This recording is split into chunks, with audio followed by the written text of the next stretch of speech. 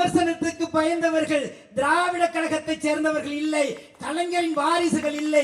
அந்த வழியில்தான் இன்றைய முதல்வர் அண்ணன் தளபதி அவர்களும் நாளைய முதல்வராக போகின்ற அண்ணன் உதயநிதி அவர்களும் அந்த வழியில் நடந்து கொண்டிருக்கிறார்கள். இந்தியாவிலேயே ஜனநாயகம் இன்னும் உயிரோடு இருக்கிறது என்றால் அது தமிழ்நாட்டில் மட்டும்தான் இருக்கிறது. இந்தியாவிலே இன்னும் ஒரு பண்பாட்டுக்குரிய ஒரு இனம் இருக்கிறது என்றால் அது தமிழர்களிடம் மட்டும்தான் இருக்கிறது. இந்தியாவிலே இன்னும் சொல்ல போனால் ஒரு அறம் வாழ்ந்து கொண்டிருக்கின்றால் இந்த தமிழ் மண்ணில் மட்டும்தான் வாழ்ந்து கொண்டிருக்கிறது. காரணம், இதற்கெல்லாம் விதை போட்டவர் முத்தமிழறிஞர் கலைஞர் அவர்கள். திரைமொழி ஒரு காலத்தில் கொஞ்சி குழவி கொண்டிருந்ததை வீரமுள்ள மொழியாக மாற்றியவர் கலைஞர் அவர்கள். எல்லா நாளையும் திராவிட நாளாக மாற்ற முடிகிறது. இதெல்லாம் கொடுத்து வைக்கணும். இந்த மண்ணோடைய மக்களுடைய இருக்கிற பாசத்தை வெளிப்படுத்துவதற்கு இதெல்லாம் ஒரு வழிமுறையாக இருக்கிறது. எனவே ஒரு மாபெரும் தலைவன் வாழ்ந்த காலத்தில் வாழ்ந்தோம் என்ற தன்னம்பிக்கையோடும் தன் திமிரோடும் ஒவ்வொரு தமிழனும் தலைநிமிர்ந்து நிற்பதுதான் கலைஞருக்கு நாம் செய்கிற உண்மையான மரியாதையும் அன்பும் இருக்கும் என்று கூறி இவ்விழாவின் தொடக்கத்தில் ஓரிருவர் பேசினார்கள். நண்பர்களே, எப்போதுமே முத்தமிழ் அறிஞர் விழா என்றால் தமிழும் இலக்கியமும் கைகோர்த்து விளையாடி கொண்டே இருக்கும். எனக்கு முன்பே பேசி அமர்ந்த கவிஞர் இந்திரஜித் அவர்கள் பேசிய போது இது கட்சி விழாவா கவியரங்கமா என்று தெரியாத அளவுக்கு மிக அழுத்தமான சில கருத்துக்களை அவருக்கே உள்ள நயத்தோடு இங்கே அள்ளி அமர்ந்திருப்பது இன்னும் முத்தமிழறிஞருடைய பாசறை தொடர்ந்து கொண்டிருப்பது என்பதற்கு ஒரு மிகப்பெரிய உதாரணமாக பார்க்கிறேன். நண்பர்களே, இந்த செம்மொழி விழா இங்கே நடைபெறுகிறது என்றால் எங்கிருந்து தொடங்குவது? கலைஞரை பற்றி பேசுவதற்கு தத்துவஞானி ஓசோ சொன்னான், நான் பிறக்கவும் இல்லை இறக்கவும் இல்லை, இடைப்பட்ட காலத்தில் வாசம் செய்தேன் என்று சொன்னான். அதுபோலதான் தொடக்கத்தையும் பேச முடியாது, முடிவும் இல்லாத ஒன்றையும் பேச முடியாது. எங்கோ ஒரு தத்துவம் திருவாரூர் மண்ணில் பிறந்து எங்கோ ஒரு தத்துவம் இன்றைக்கு விரிந்து வளர்ந்து படர்ந்து உயர்ந்து நிற்கிறது என்றால் எங்கே தொடங்கி எங்கே முடிப்பது? கலைஞரை பற்றி பேசுவதற்கு நண்பர்களே, பள்ளி பருவத்திலிருந்து ஒருவன் தனக்குள் இருக்கும் நெருப்பை பத்திரமாக பாதுகாத்து எந்த இடத்தில் தீபமாக்க வேண்டும், எந்த இடத்தில் தீபந்தமாக்க வேண்டும் என்பதை குறிக்கோளாக கொண்டு வந்தவர் தான் முத்தமிழறிஞர் கலைஞர் அவர்கள். நண்பர்களே, ஒவ்வொரு பறவையும் ஒரு கிளையில் அமரும் பொழுது கிளை உடைந்து விடாது என்ற நம்பிக்கையில் அமர்வது இல்லை. உடைந்தாலும் பரவாயில்லை, எனக்கு சிறகு இருக்கிறது என்ற நம்பிக்கையில் அமர்கிறது.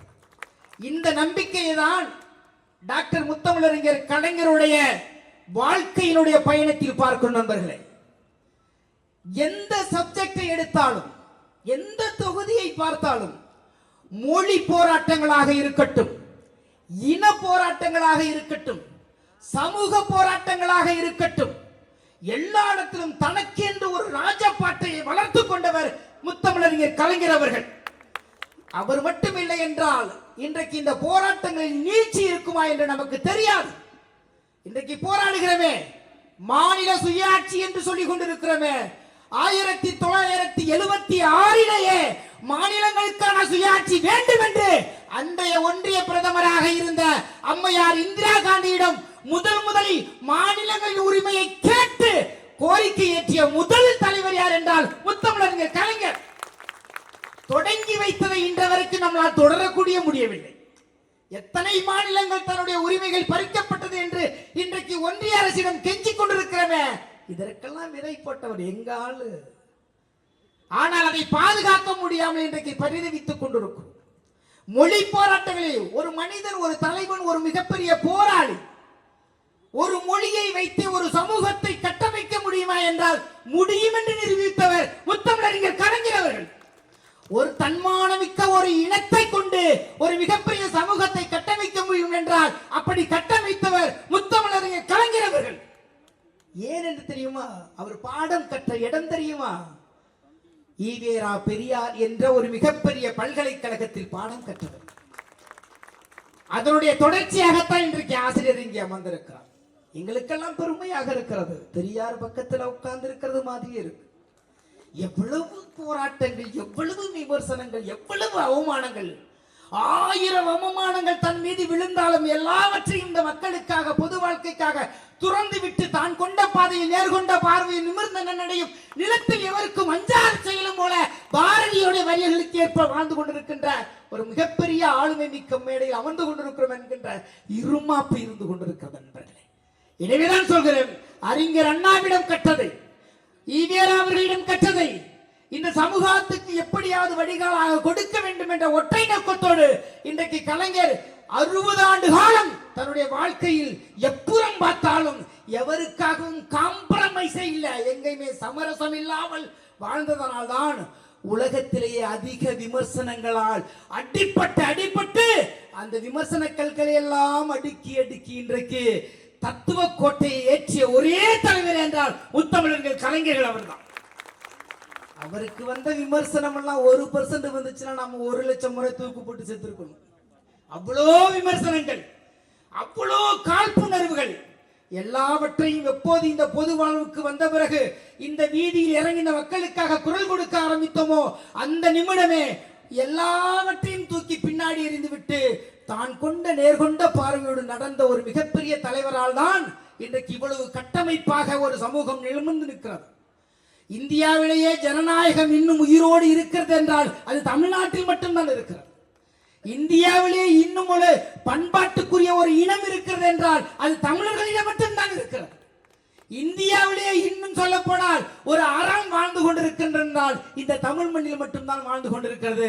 காரணம், இதற்கெல்லாம் இதை போட்டவர் முத்தமிழறிஞர் கலைஞர் அவர்கள். திரைமொழி ஒரு காலத்தில் கொஞ்சி குழவி கொண்டிருந்ததை வீரமுள்ள மொழியாக மாற்றியவர் கலைஞர் அவர்கள். இலக்கியமா, அவருடைய இலக்கியத்தெல்லாம் சொல்லி தீராது.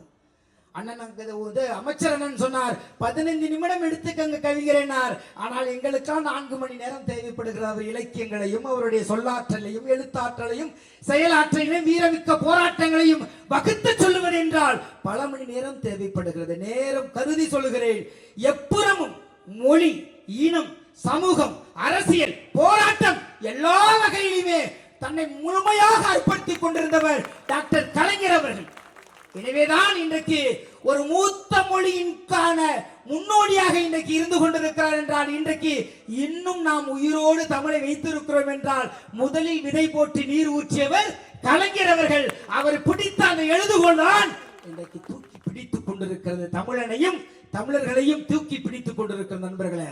எனவே அவருக்கு இதை செம்மொழி நாளாக கொண்டாடுவதில் எந்த மாற்று கருத்தும் இருக்க போவதில்லை. காரணம், நாம் ஒரு தலைமுறையிடமிருந்து இன்னொரு தலைமுறைக்கு கடத்த வேண்டியிருக்கிறது. சித்தாந்தத்தையும் தத்துவங்களையும் சமநீதியும் கடத்த வேண்டியிருக்கிறது.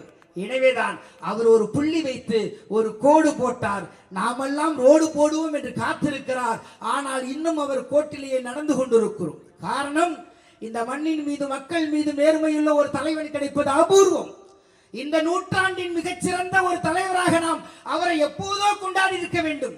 கட்சியின் பேரால், கொள்கையின் பேரால் பிரிந்து கிடந்தாலும் ஒரு தனி மனிதனுடைய பயணம் ஒரு மிகப்பெரிய சமூகத்தை வழிநடத்துவதற்கான நுழைவாயிலாக இருந்திருக்கிறது என்று நாம் எப்போதாவது நினைத்திருந்தால், கச்சை மறந்து, ஜாதியை மறந்து, மதத்தை மறந்து இந்த தமிழ் சமூகத்துக்கு ஒரு தலைவன் கிடைத்திருக்கிறான், அவனை பத்திரப்படுத்த வேண்டும் என்று நினைத்தோம் என்றால் தமிழகம் ஒரு குடையின் கீழ் நிற்கும்.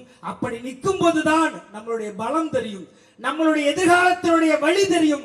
எனவே இந்த ஜூன் 3 என்பது செம்மொழி நாள் என்பதற்கான தத்துவத்தை வகுத்ததே அவர் பட்ட கஷ்டங்கள் தான். அடிக்கடி சொல்லுவேன், இந்த மண்ணில் கடவுளையே விமர்சிக்கிற மண் கலைஞரையா விமர்சிக்காது.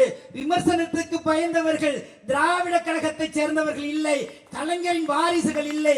அந்த வழியில்தான் இன்றைய முதல்வர் அண்ணன் தளபதி அவர்களும் நாளைய முதல்வராக போகின்ற அண்ணன் உதயநிதி அவர்களும் அந்த வழியில் நடந்து கொண்டிருக்கிறார்கள். இவர்களுக்கெல்லாம் இன்றைக்கு தலைவராக நம்மளுடைய அறநிலைத்துறை அமைச்சரை பார்க்கும் போதெல்லாம் பொறாமையாக இருக்கும்.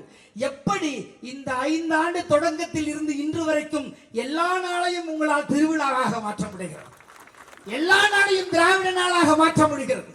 இதெல்லாம் கொடுத்து வைக்கணும். இந்த மண்ணோடையும் மக்களோடையும் இருக்கிற பாசத்தை வெளிப்படுத்துவதற்கு இதெல்லாம் ஒரு வழிமுறையாக இருக்கிறது. எனவே ஒரு மாபெரும் தலைவன் வாழ்ந்த காலத்தில் வாழ்ந்தோம் என்ற தன்னம்பிக்கையோடும் தன் திமிரோடும் ஒவ்வொரு தமிழனும் தலைநிமிர்ந்து நிற்பதுதான் கலைஞருக்கு நாம் செய்கிற உண்மையான மரியாதையும் அன்புமாயிருக்கும் என்று கூறி விடைபெறுகிறேன். நன்றி, வணக்கம்.